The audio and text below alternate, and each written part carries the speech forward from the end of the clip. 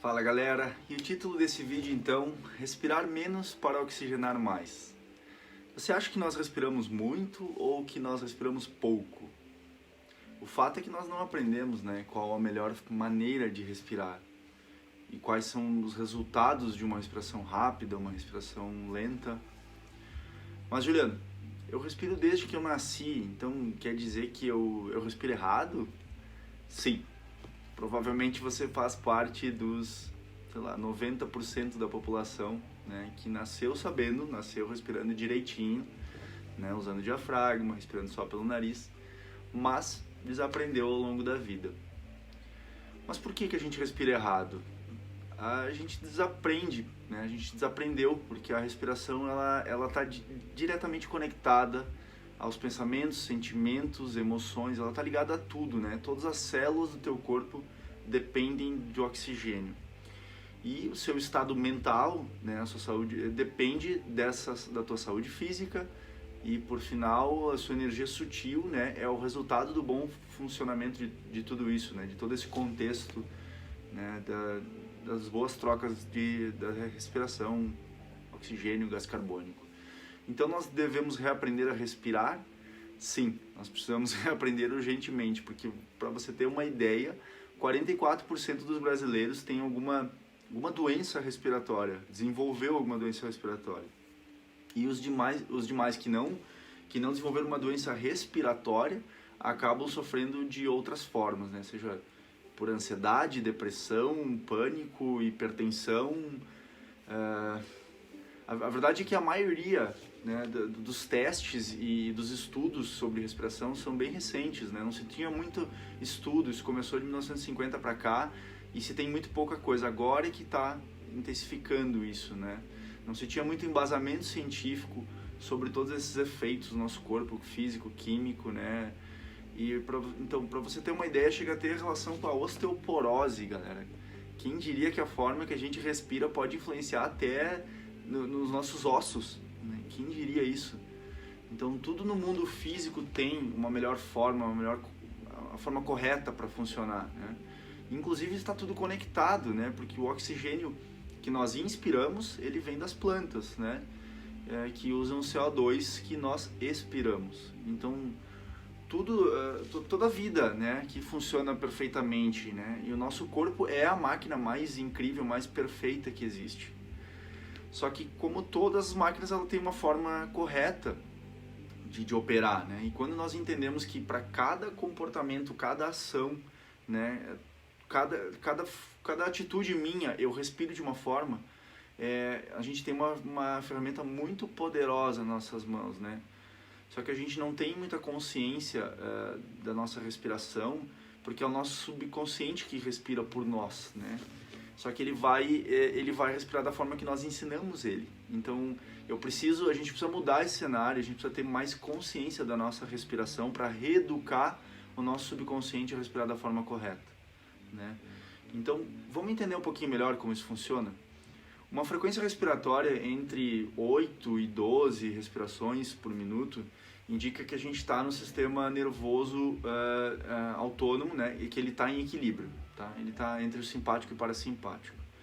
Então, quanto maior a frequência respiratória em estado de repouso, significa que a gente está em estado simpático, que é luta ou fuga, lutar, fugir, E então, quanto mais nós respiramos, mais ansioso a gente acaba ficando, mais ansioso a gente fica, entende? Então, vamos dar uma olhadinha nessa tabela aí que eu anexei, dá uma olhadinha. Para entender então que com uma respiração muito rápida e superficial, nós vamos ingerir aproximadamente, 300 ml de ar a cada ciclo, inspiração. Só que 150 ml fica perdido no sistema respiratório. Então, 20 respirações por minuto resultam em 6 litros de ar no corpo, Só que metade disso vai ser perdido entre essa troca, no sistema respiratório, na laringe, faringe, enfim. O que vai resultar, então, apenas 3 litros de ar por minuto para os alvéolos pulmonares, que é onde interessa para fazer as trocas gasosas. Então, porém, com uma frequência de respiratória de 6 ciclos por minuto, a gente pode olhar lá embaixo, Então, com respirações mais suaves, mais profundas, né, mexendo o diafragma, nós vamos ingerir 1 litro de ar a cada respiração.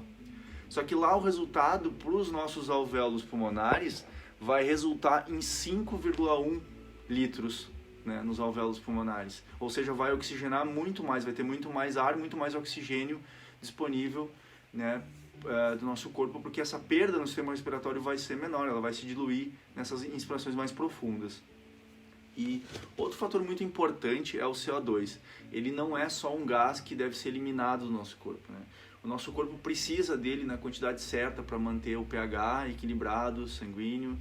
Então, a gente precisa estar em equilíbrio.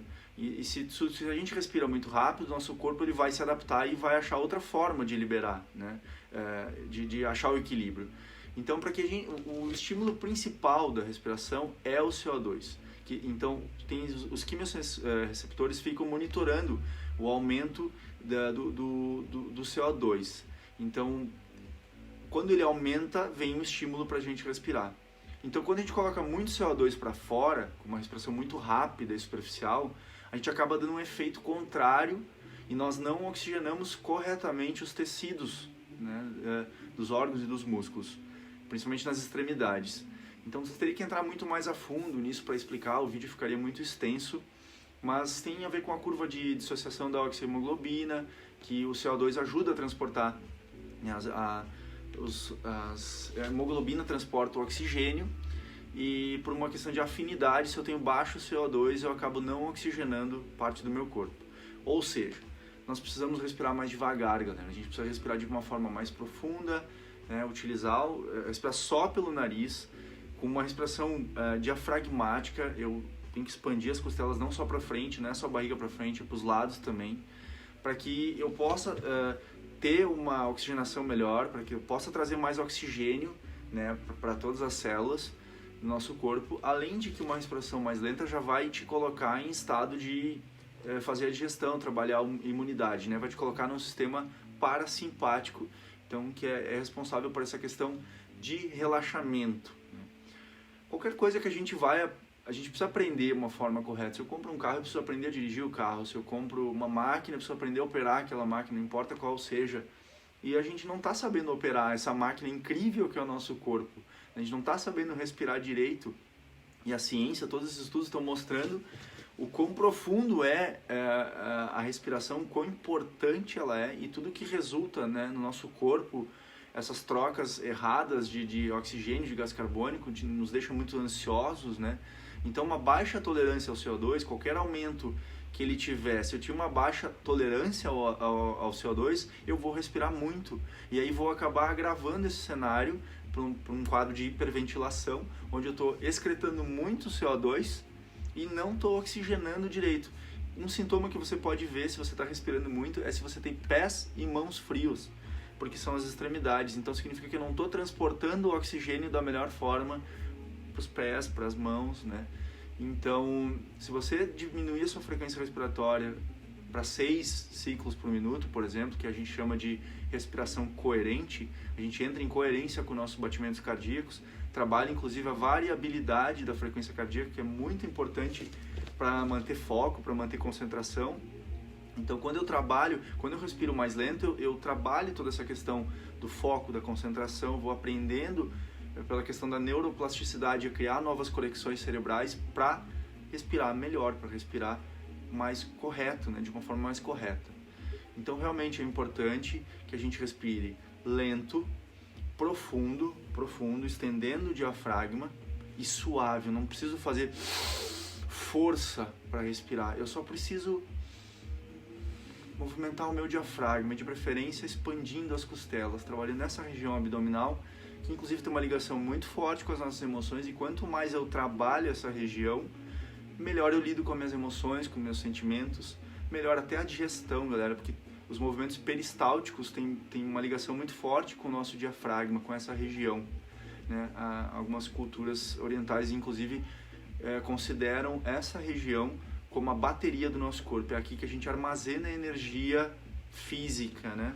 E por consequência energia sutil. A gente vai equilibrar os nossos chakras, né? Trabalhando essa região, movimentando o prana, movimentando essa energia, trazendo ela mais para nosso lado mais espiritual, para nossa conexão espiritual, conectando com os chakras superiores. Então é bem importante que a gente respire devagar. Qualquer coisa me chama aí, e pode ser pelo direct, pelo WhatsApp. Espero ter ajudado de alguma forma. Namastê.